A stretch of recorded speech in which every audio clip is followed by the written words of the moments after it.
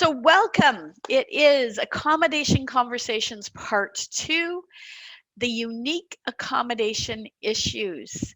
So last time we talked about having the importance of still knowing that we have the duty to accommodate, but that COVID has thrown a few wrenches into some of our accommodation requests, our ability to keep people safely at work and healthy at work. There's been a lot of changes going on. This session today is going to focus on some of the other unique accommodation issues that we didn't talk about last time.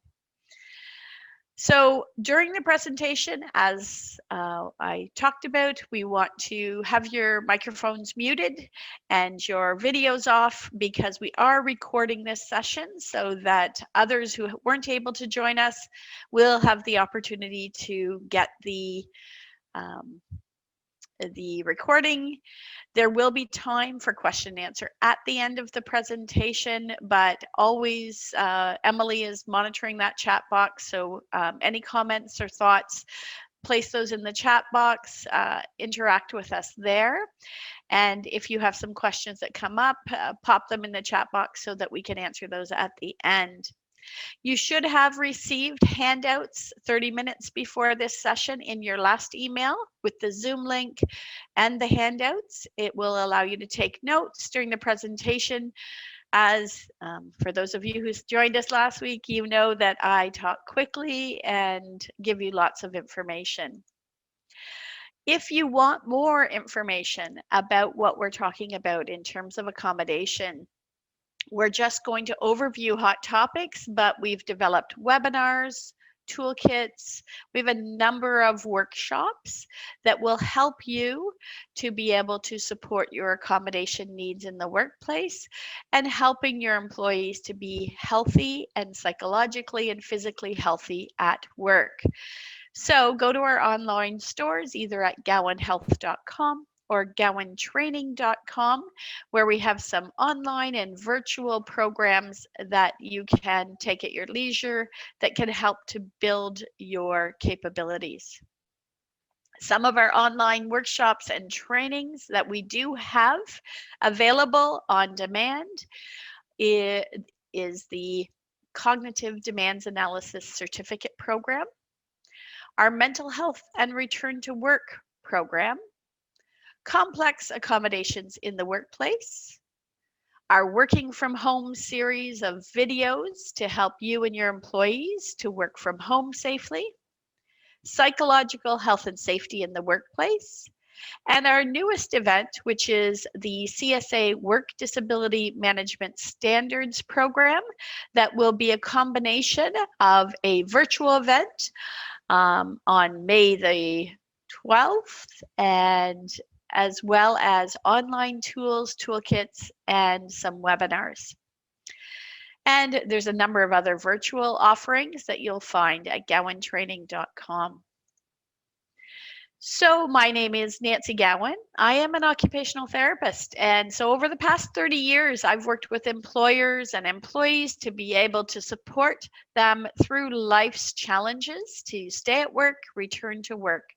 I am a certified disability management professional, as many of you are, and we do present and speak internationally. I am a trainer, and also I'm an author of the Human Resources Guide to Managing Disability in the Workplace, that is published through Carswell and is a resource guide for anyone working with individuals around disability. I am going to be joined today by Nicolette Gowan. So Nicolette is also an occupational therapist.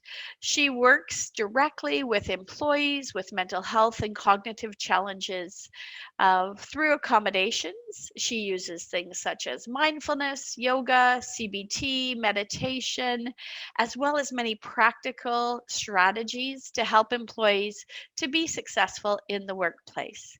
She also presents some of our resiliency training to employees to help them through mental health, mental fitness, and physical health around ergonomics. Gowan Consulting, that's who we work for. We've been in business for over 21 years. We're into our 22nd year. We have Canada-wide services. We have occupational therapists who provide stay at work, return to work, and prevention programs.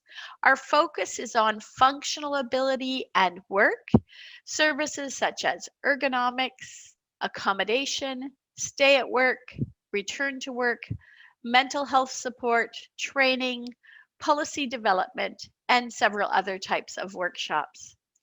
We really focus on making the complex simple for you, helping you internally to develop the skills and abilities to work together for your healthy business.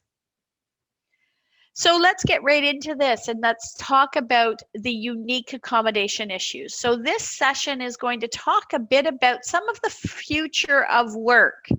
And so some of the changes that are happening as a result of the pandemic, as a result of just the change in technology, and what we might want to consider and how that impacts the vulnerable population that we may work with health and disability issues. We'll talk about chronic and episodic conditions and how to accommodate in that area, as well as spending some time on mental health, crisis fatigue, the risks of the crisis, how to support from a distance, anxiety about re-engagement in the workplace, and particular cognitive and emotional and behavioral strategies for accommodation. I'm going to start with talking a bit about some of the trends in future work, and this comes from the Institute for Work and Health. They have been doing a study of workplaces and workplace changes and how that's impacting the vulnerable population. And so this information was just published in April by Dr. Arif Jetheth, who is the chief scientist at the Institute for Work and Health. And so he identified 9 trends that we want to pay attention to that may be impacting ourselves in terms of the workplace, but also are impacting particularly those people that are vulnerable with disabilities, with different abilities. So the first that he talks about is digital transformation of the economy. So transforming things in the economy from being maybe in retail spaces to more online transformation, using technology, computers. He talks a bit about automation and how the use of AI and machine learning is impacting our workplaces, that we're becoming more automated, that some of the jobs that used to be jobs that would be done by customer service, you know yourself, you call a call center and you're talking to a computer. So artificial intelligence is impacting some of those frontline work. It is also, we're working on, not we, but those people with brilliance on technology are working on machine learning and AI and how can that be incorporated into some of the work. We're even seeing things like AI in some of the legal firms that we're dealing with. We are also seeing AI-enabled human resource management systems. So things that used to take a human resource professional to manage and to guide, there's a number of systems that are out there that are now technology-based, that the employee is doing their own human resource management. They're planning their vacation and the system behind it is making sure that they're not overtaking vacation, that other people aren't off at the same time. There's several different AI-enabled human resource management systems that are now active and in place. We ourselves use Bamboo HR, which is one of those systems that works to ensure that policies and processes are followed. And we don't have a human behind the scenes until it becomes more complex. There's also going to be different skill requirements for the future of work. So, because of the high level of technology, things like repetitive work or work that is done that is more manual is now becoming more automated. And so, we're looking for employees that have the ability to work with technology, have the ability to do more of the higher level thinking, the problem solving, the things that are unique and complex, which does impact some of those frontline um, level working, those who might have been going in and into a manufacturing organization. Some of the robotic tools that are in place now are going to take some of that work away.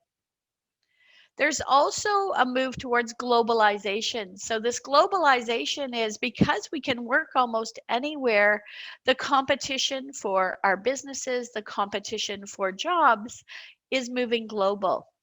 And we've seen that even through the pandemic, where maybe some of your employees have made the choice to work elsewhere, and how that's been able to be supported through your virtual work. There's definitely a continued promotion around climate change, the green economy. So that's had an impact on our oil fields and oil workers, on some of the other resources that we have within Canada. Those jobs we've seen decline as the green economy, the electric cars, the automated cars are coming forward. And we've also seen a big focus on reducing some of the plastic, some of the waste that might be out there. There's also an increase in the Generation Z workers and the work environment. What are those Generation Z workers looking for in their work?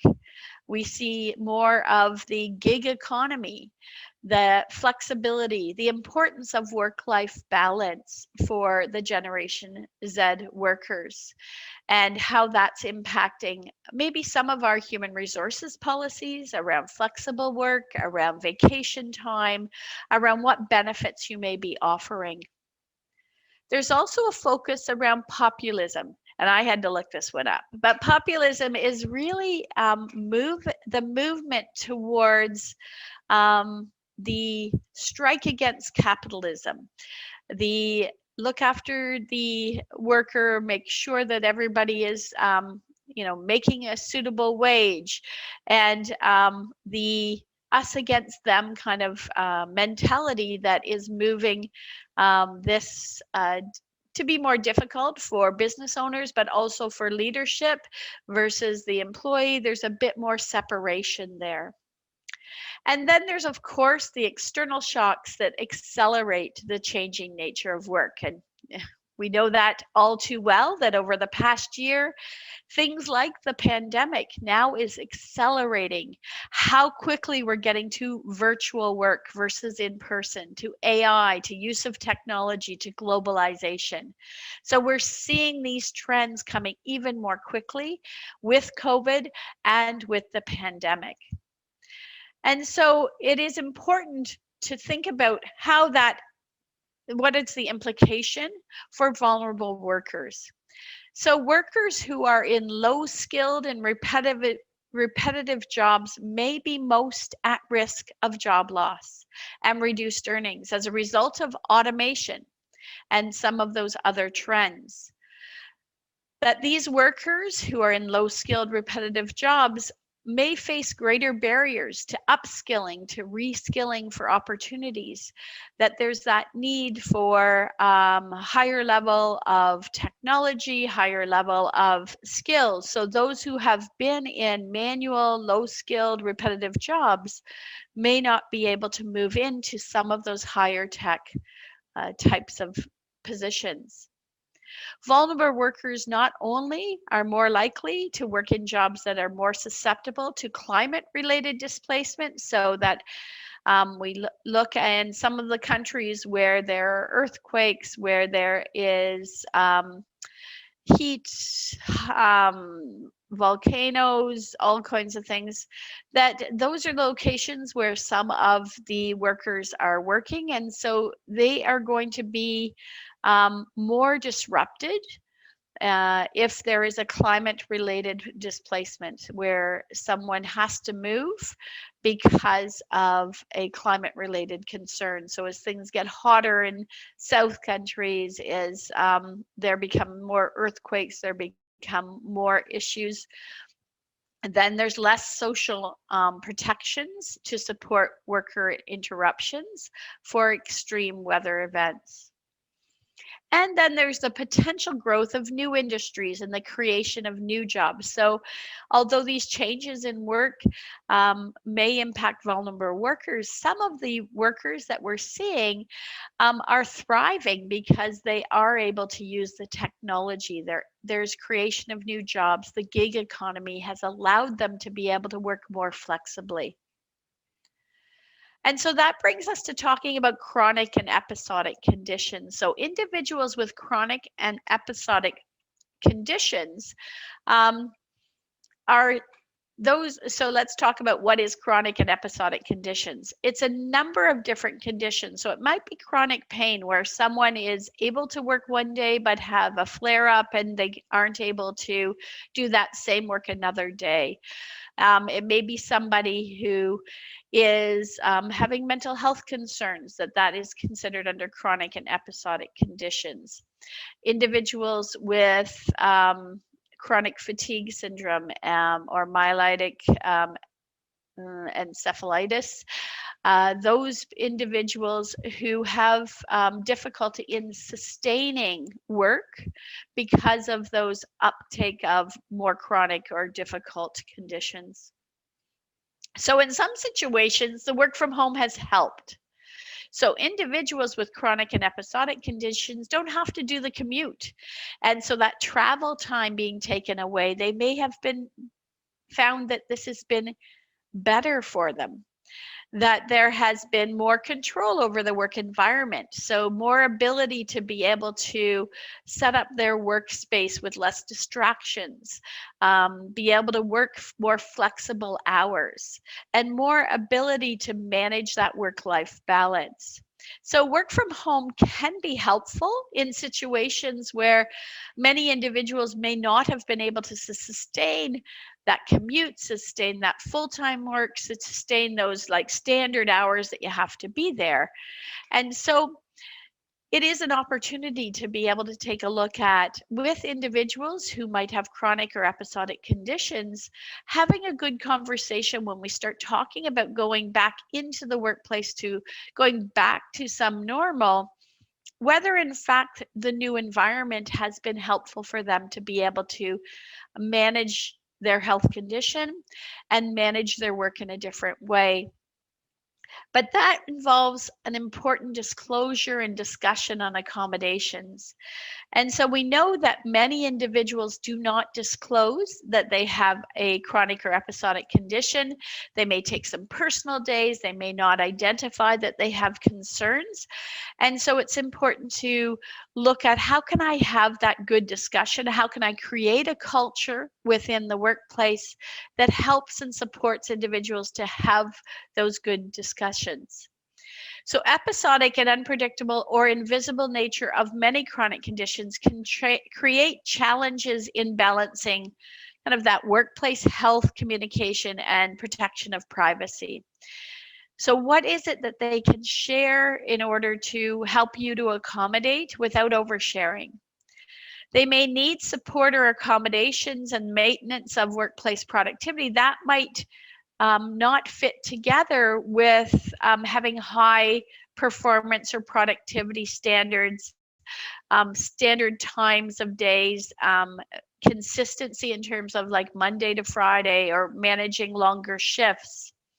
So people often delay sharing personal information until there's a performance problem. So those individuals who might have the invisible chronic condition may not share with you until you start to see that there is a performance problem, that there is a concern.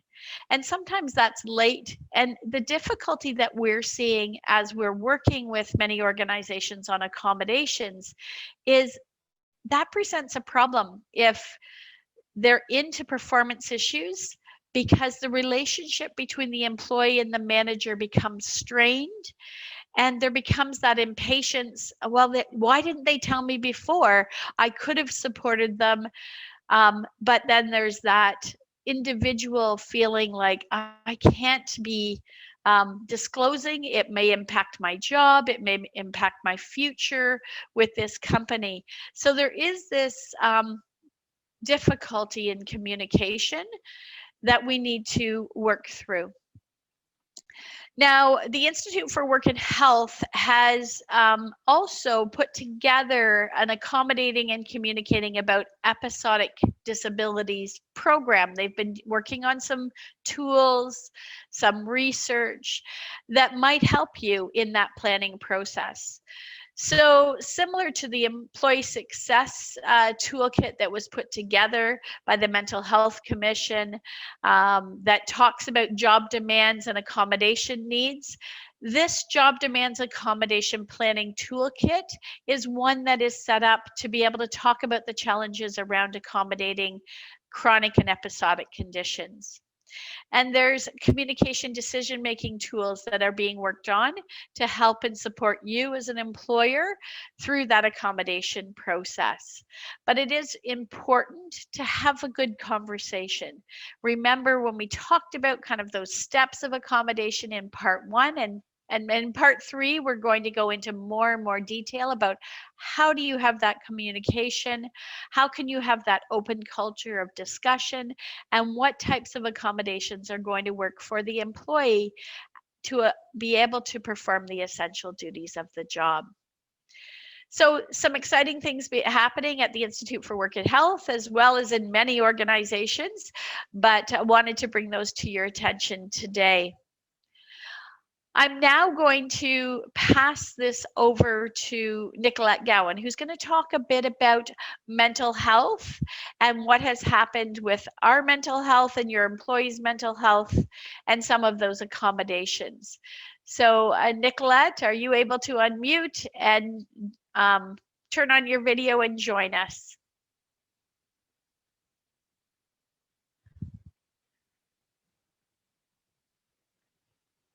I'm hoping. So Emily, oh, I have to unmute. Okay, sorry, Nicolette, this is my technology capabilities. Let me just make sure that I can unmute you because we have everybody on forced mute. Give me a moment and I will. There's so many people on the line trying to find Nicolette's name here. Talk amongst yourselves. Okay, so I'm asking Nicolette. All good, I think. Okay, thank you very much. Whew. It's working, and your video, you're able to show us your video. Yes, thank you so much. And thanks, Nancy, for the introduction and for giving us an overview of some of that future of the work and those very complex medical conditions and requirements for accommodations and potential disclosure. And so along the lines of complexity, I want to talk about mental health. And as an occupational therapist, I work with a variety of employees that are struggling with their mental health and how it impacts their engagement and their ability to complete their work, both while working potentially in the office or virtually. And so with this pandemic, we have seen an unfortunate rise in mental health issues that are expectedly impacting workers' ability to cope and to engage with those day-to-day stresses of work. And so there's many factors of a pandemic that can lead to this rise in mental health concerns. And so to understand this a little bit more clearly, it helps to take a look at the psychology of anxiety and stress. And so there's 3 main factors that predict how stressful an event can be. And that is, first, how predictable the event is. Second, how much we're able to control it. And third, how important it is to us. And so we see all of these predictors in the COVID-19 pandemic.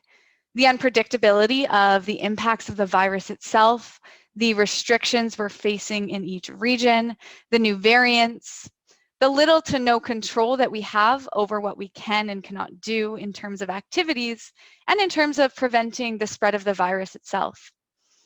And really how important our health is to us and how important the activities that we've lost the ability to complete are to us. And our employees are feeling this added fatigue that we just don't know when it's going to end or what the world will be like after this. And so we also have this loss of normal social connection and loss of these normal interactions that do lead to isolation, with human connection being a core indicator of survival and well-being. There's really no surprise that we have seen an increase in depression, in anxiety, in substance use as an effort to cope with this, in rates of suicide, and in domestic violence concerns, as they're increased with more employees being confined to their homes, with no outlets for getting away from these dangerous situations, especially for those employees that are working from home. With employees experiencing depression, we see an increase in the difficulty with motivation, with work engagement. You might see cognitive concerns such as an ability to concentrate, an overall loss of energy, and difficulty communicating their needs to managers and their coworkers.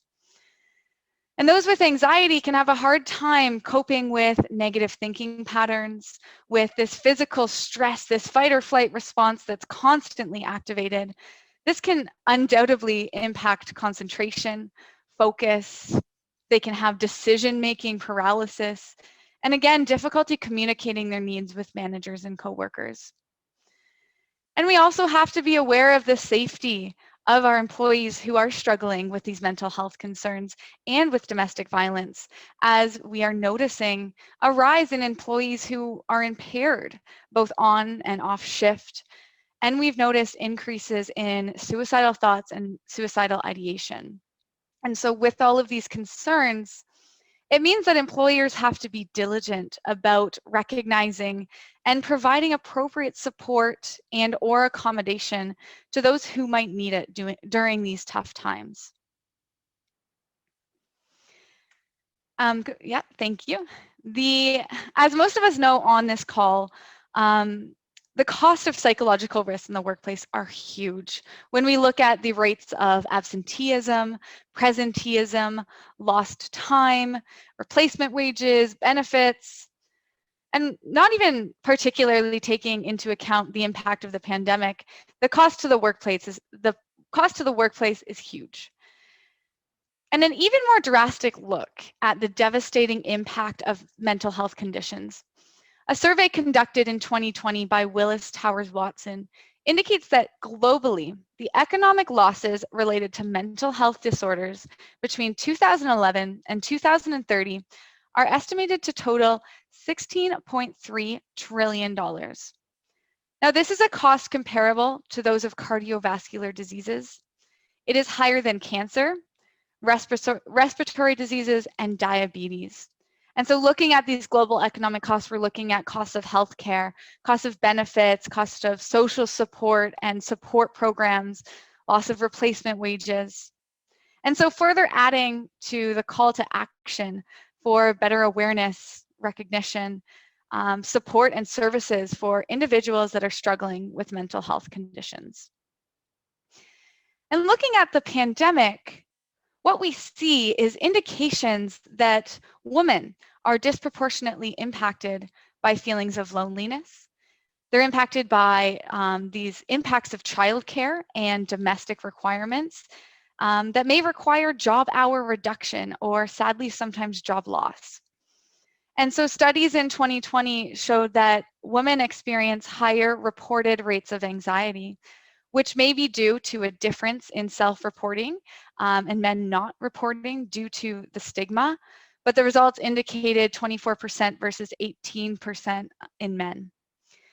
And also reported rates of loneliness for women was reported to be around 23% and 17% for men. And then we have to look at the impact of job loss on customer-facing non-essential businesses such as retail or food services, which means an overall loss in these individuals' meaningful activity, contribution, and routine, and they have few options for returning or staying at work. And we also have increased stress and burnout seen in the healthcare and other essential workers that are working tirelessly, facing exposure and stress with the second and now the third pandemic, or the third wave of the pandemic. And with the third variant being even more unpredictable and harder to control, we could expect that the stress levels only continue to rise for essential workers. So an article in 2020, end of 2020, in the Toronto Star posted results from surveys that looked at the mental health of workers over the course of the pandemic. Seeing as this was reviewed at the end of 2020, expectedly these statistics would probably show a further decline in mental health as we surpass this year mark in the pandemic and as we enter this third wave of the pandemic and of the provincial lockdown. So there was a survey by Marno Chappelle that indicated at that time in November 2020, from pre-pandemic, a 3.5% reduction in overall mental health and well-being from the beginning of the pandemic. And for depression, the Mental Health Research Canada looked at the rates of depression and anxiety from the beginning of the pandemic to October 2020. Reported rates increasing for depression from 4% pre-pandemic to around 12% in October 2020. Again, rates would be higher if respondents were to complete this survey today in April 2021. The same survey reported rates of anxiety to raise from 5% to reported 20% in October 2020. Again, if we looked at this today, I'm sure that the rates would be much higher.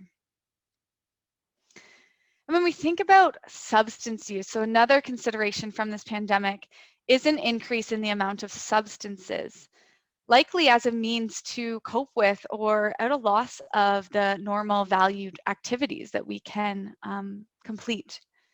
And so in November 2020, CAMH reported that 25% of polled individuals reported binge drinking in the previous week, which can make mental health concerns pervasive, and it can contribute to dependency or other unhealthy coping strategies. Likewise, reported use of cannabis has increased over the course of the pandemic.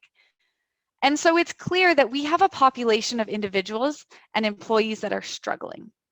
And because individuals are working virtually, employees have more opportunity to engage with these unhealthy coping strategies, potentially during work hours.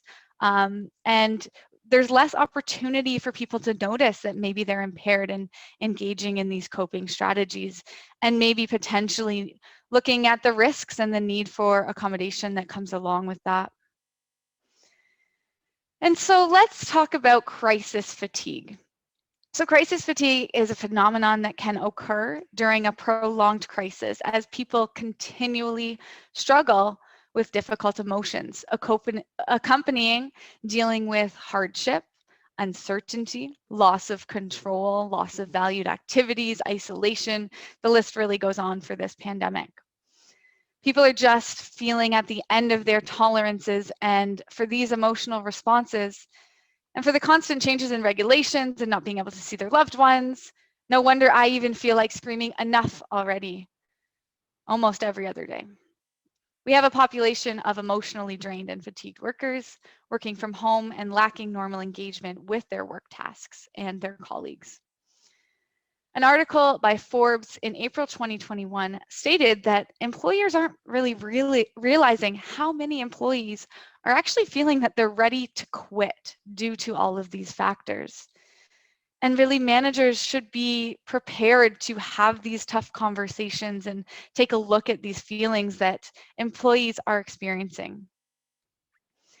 And so as we return also to being able to return to offices, or as the vaccinations roll out and potentially restrictions change, managers really should be expecting a variety of reactions to potential changes. including employees eager to see their colleagues and to get out of the home, employees that are eager or maybe apprehensive to return, employees that are anxious about the return, worried because of the uncertainty of the exposure, employees not wanting to return or requesting to work from home in the long term, and what to do about that, or is there a hybrid approach? And employees without childcare that don't have the option to come back into the office. And so with looking at this, it's important to start open dialogue with employees now about mental health, about how they're coping with these ongoing difficult challenges and changes.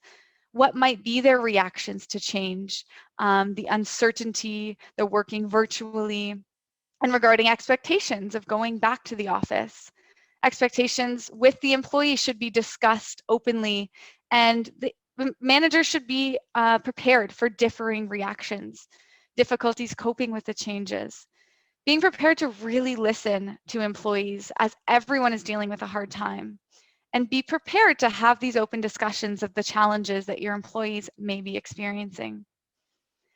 But what we hear from a lot of organizations is that most managers are really feeling unprepared and uncomfortable with having these conversations.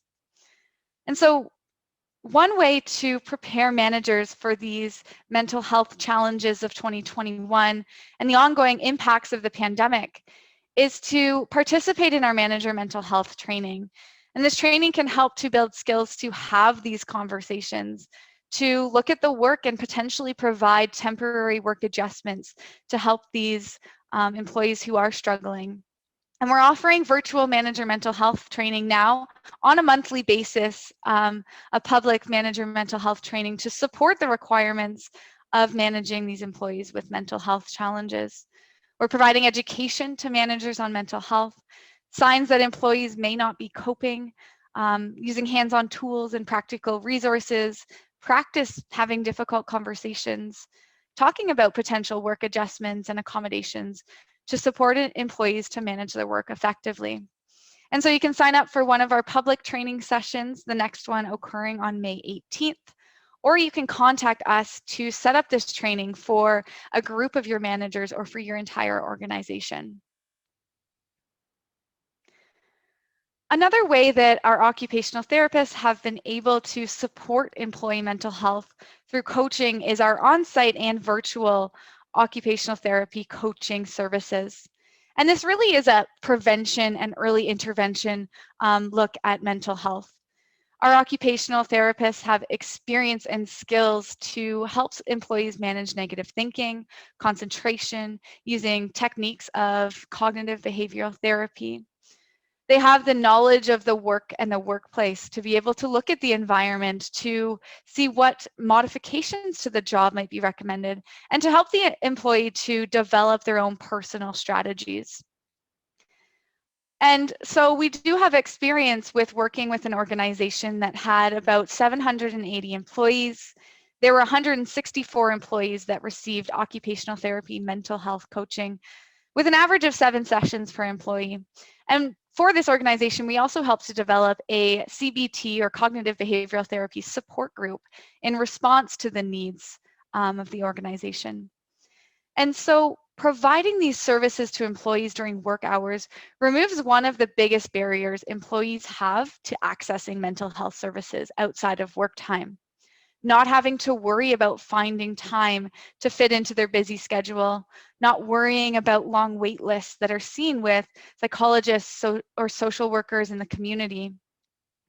And overall, for this organization, we demonstrated ability to keep all 164 employees at work with no short-term, long-term claims for those employees that were supported by our occupational therapists, showing the positive impacts we had on their ability to cope with those stresses and to manage their work and to stay at work. And we also have employees that are having difficulty dealing with the transition or reintegration back into the office or workplace, or individuals that are just having difficulty coping with the stresses of COVID, its impact on their ability to engage with work. So we've developed a structured program based in cognitive behavioral therapy that includes 4 sessions for talking to employees about coping with their negative thoughts, behaviors, preparing to get back into the office, and then if they are returning to the office, providing a booster session for them once they're back in the office.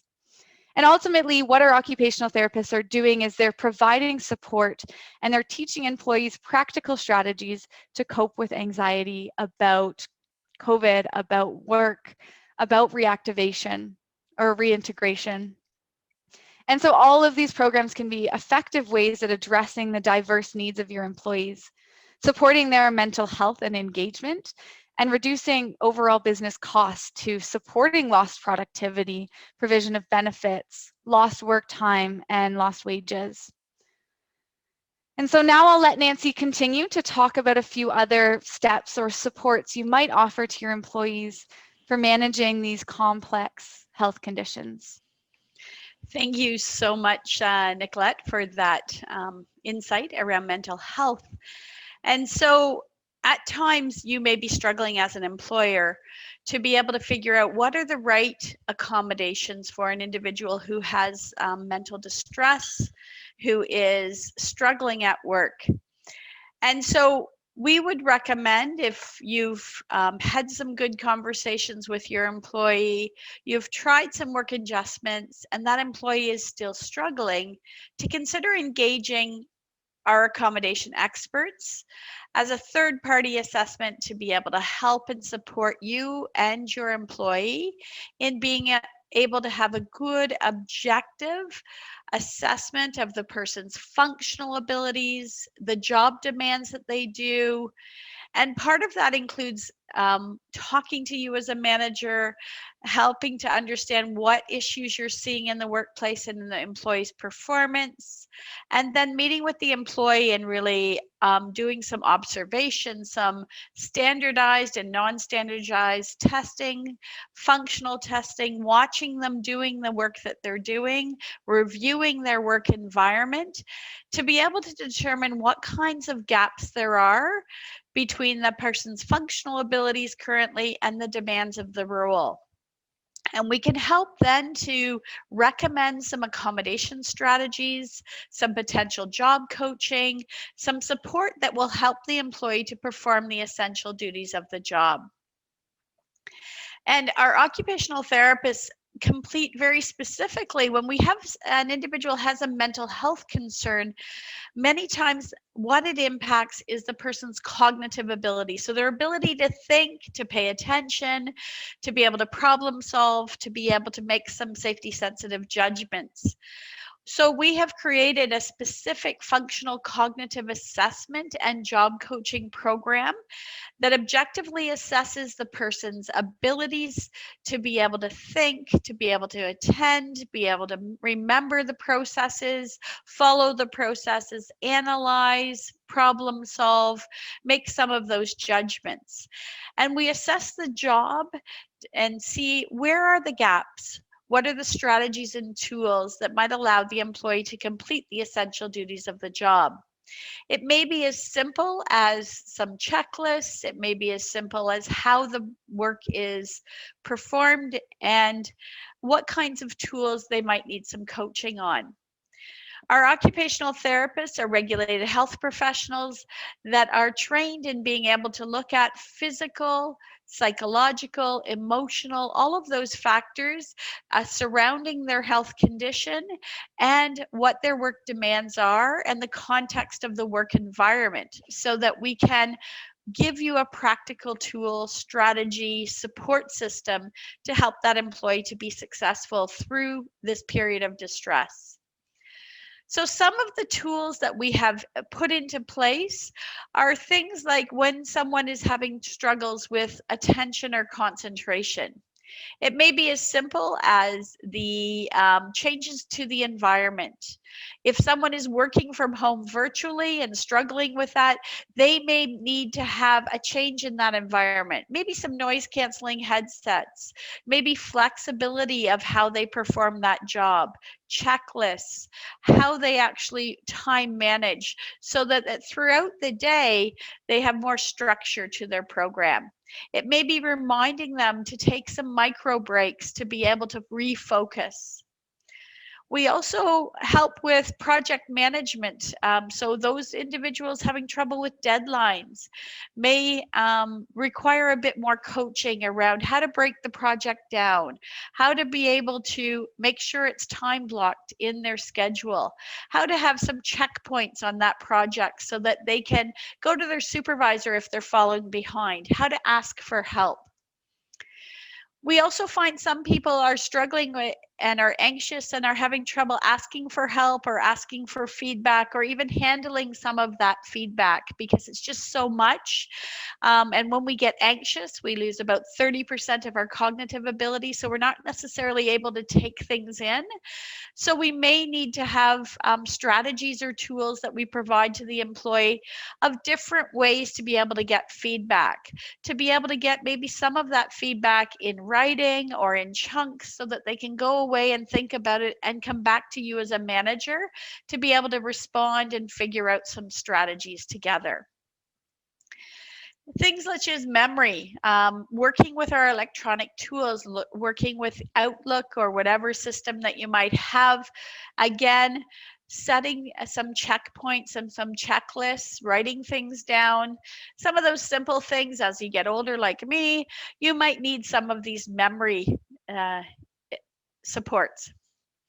We also talk about dealing with stress and emotions, and Nicolette talked about that very well when she talked about being able to look at how are we physiologically responding to the crisis, to the stressors in our life, and being able to have some tools and some training around mindfulness, around meditation, around just basic breathing.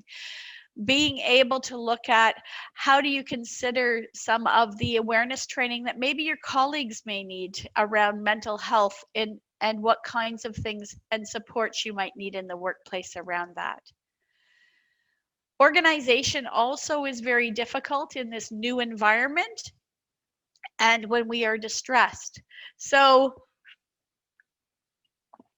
being able to develop some organizational tools, being able to look at how we use our calendars, how do we use our folders, how do we color code things. And there are a number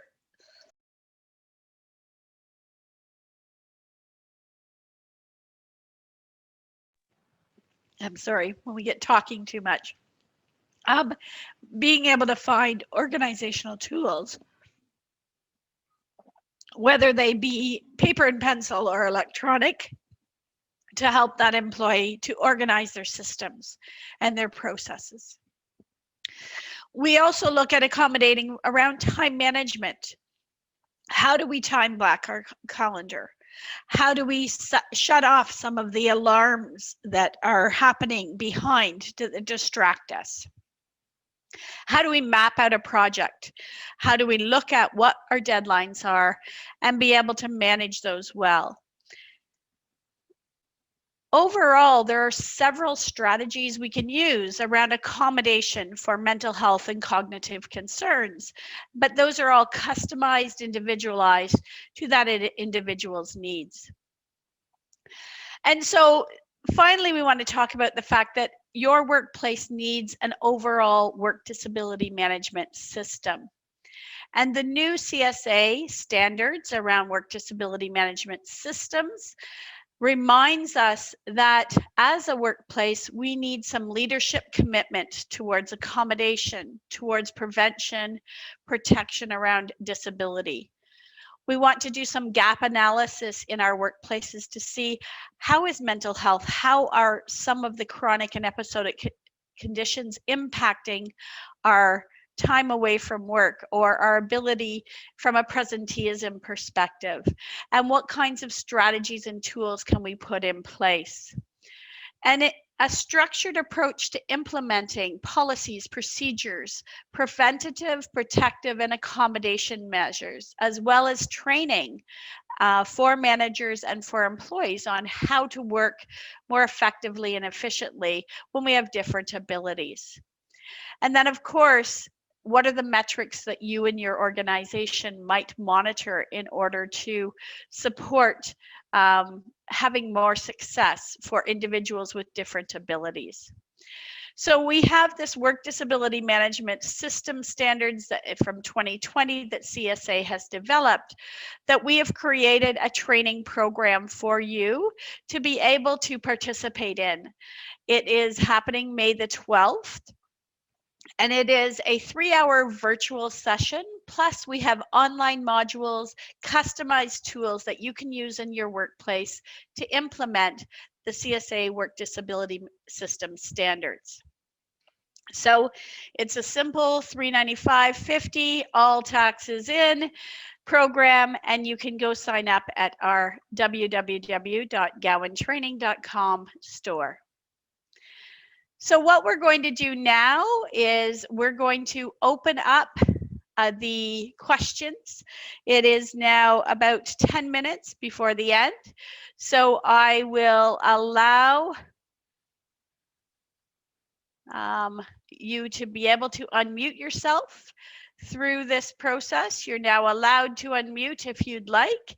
So feel free to shout out a question to be able to help us to talk to you about what your questions and concerns might be. So I do have a question in the chat box to get us started from Daniela. Where does the employer's responsibility stop and personal responsibility start? Very good question. So what we'll talk about in part 3, so join us for part 3, is roles and responsibilities. That in the duty to accommodate, the employer, the employee, and the union all have responsibilities to be able to participate in that process. If an employee, so the example Daniela gives, if a person that declines to accept the support offered, or those that do not take the steps to manage or properly manage their chronic medical conditions for whatever reason, what is the person's responsibility? So because this is a joint effort in accommodation, one, the employer has a responsibility to offer reasonable accommodation to the point of undue hardship to allow that person to complete the essential duties of the job. The employee has the responsibility to share what accommodations they require and to accept reasonable accommodation and participate in that accommodation process. So if you are offering reasonable accommodation, that it works according to what that person's abilities and the job demands are to allow them to do the essential duties of the job. If the employee chooses not to accept that offer, they need to provide you with specific reasons why that offer is not reasonable.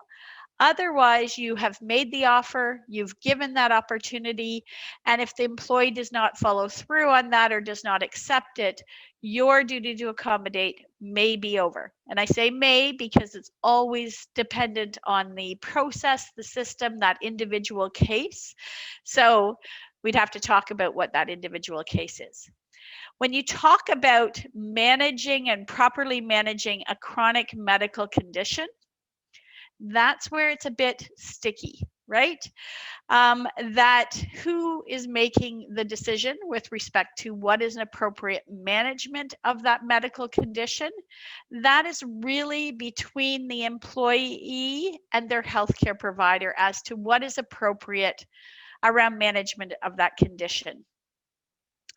But if you're offering reasonable accommodation, you're making sure the individual has the opportunity to complete the essential duties of the job with that reasonable accommodation, then it's up to the employee to show up and be there and be present. We all have difficulty deciding, hey, what should I eat? Should I exercise? Should I look after my mental fitness? All of these kinds of things. We all really have chronic types of behaviors that may impact us in the workplace. If an employee is showing up, is doing the work that needs to be done, and is reasonably accommodated according to their capabilities, then that's the best that we can do. but I feel like there's a big case behind there. Happy to have that conversation offline. If Daniela, you want to give us a call and we can talk about that specific situation and what accommodations might help. In terms of the next question, I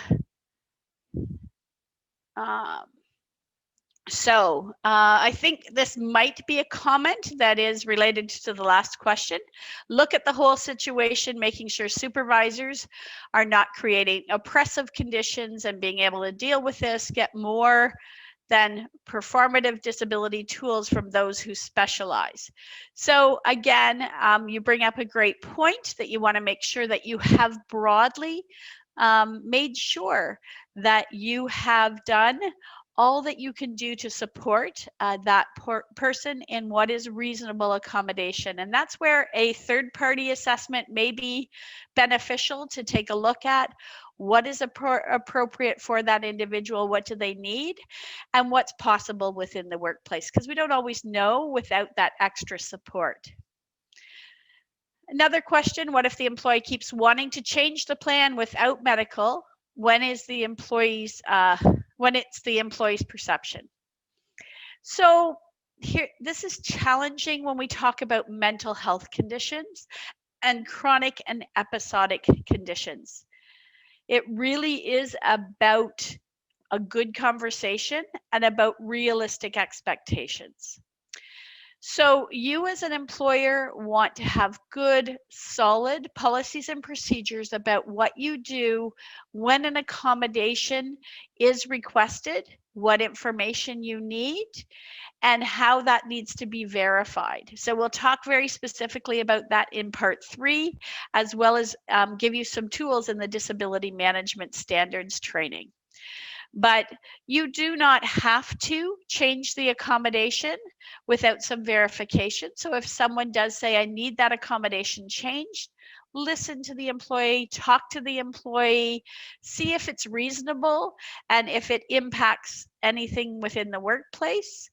Or you may say, I need a new fitness for work form to be completed by your healthcare provider to indicate that there's a need for a change in this accommodation. So depending on what your policy and procedure says, you want to be consistent and fair in following your policy and procedure.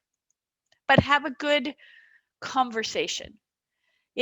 Most of the issues that go sideways are because the conversation stops, or one side doesn't want to listen. So we need to communicate about what our needs are, especially when it comes to mental health, chronic and episodic conditions. The copy of the presentation you should have already in your handouts that you received 30 minutes before this session. Next question, once undue hardship is reached, how can the employer ensure we have done everything we can and cover ourselves legally? Again, we want to make sure we've gone through the full process. So what you want to do is you want to make sure that you've followed your accommodation process, that you have looked at, if you feel like it's undue hardship, you definitely want to get second opinions around a third-party assessment around accommodation. And if you are going to move to the point where you say, this is undue hardship, I'm done, you probably want a legal opinion as to what your next steps are, because you want to make sure your I's are dotted, your T's are crossed, your process is well able to be followed. And so if you are leaning towards, hey, I can't accommodate, it's undue hardship, that kind of process, you want to go back and check. You want to redo that process. You want to really look and make sure that your documentation, you've objectively assessed it, not that you're just tired and you've had enough. Because I have a number of wonderful cases I use in training. You don't want to be one of them. So if you don't want to be one of them and you want, it costs probably about $300,000 to go to the Supreme Court of Canada to be able to fight this in legal fees. If you don't want to spend that, spend the time up front to really make sure you followed the process and that you have a really good, solid process in place. That looks like that's all the questions on the chat line. Oh, I've got another one. How do you overcome medical opinion that supports the need to stay off work instead of an accommodation? And second, the wait time to obtain a cognitive assessment. And so in terms of overcoming a medical opinion, one, it depends on what the information is that you received and who you received that from. So when you have a medical opinion, it is a medical opinion based on diagnosis and impairment. We generally recommend, if you're looking at accommodation, if you're looking at stay at work, return to work, that you want to ensure that you are engaging a functional assessment, which means you're looking at the person's functional abilities and the job demands. You're looking at the possibilities of accommodation. And so if it's coming from a healthcare provider like a family doctor who has filled out a form based on their medical information, they may not understand your job. They may not understand what is possible. So you want to move towards having that second objective accommodation assessment. And of course, we're going to recommend it's an occupational therapist because we believe occupational therapy has the best ability to take a look at the person's function, the work demands, the work environment, and the possibilities. So we do this every day. And in terms of the wait time to attain a cognitive assessment, for us, functional cognitive assessment, we can provide that within 2 to 3 weeks of receiving all of the information. With COVID, there's sometimes a delay, and it really depends on your location. But we have a number of also virtual tools that we can use in that cognitive assessment. So our standards are within the time you send us all the referral information, we have all the information on file.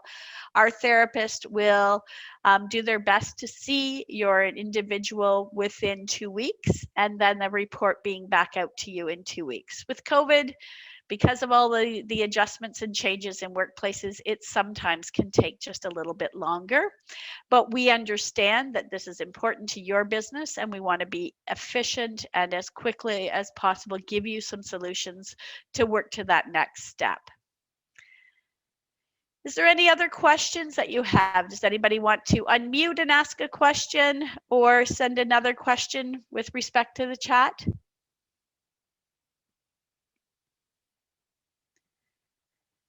Sounds like it's time to complete. Thank you so much. We really are excited that you've joined us today. Don't forget to sign up and join us for part 3 next Thursday, where we will talk about the process step by step by step with respect to accommodation. And then make sure that you sign up for some of our manager mental health training and our CSA training.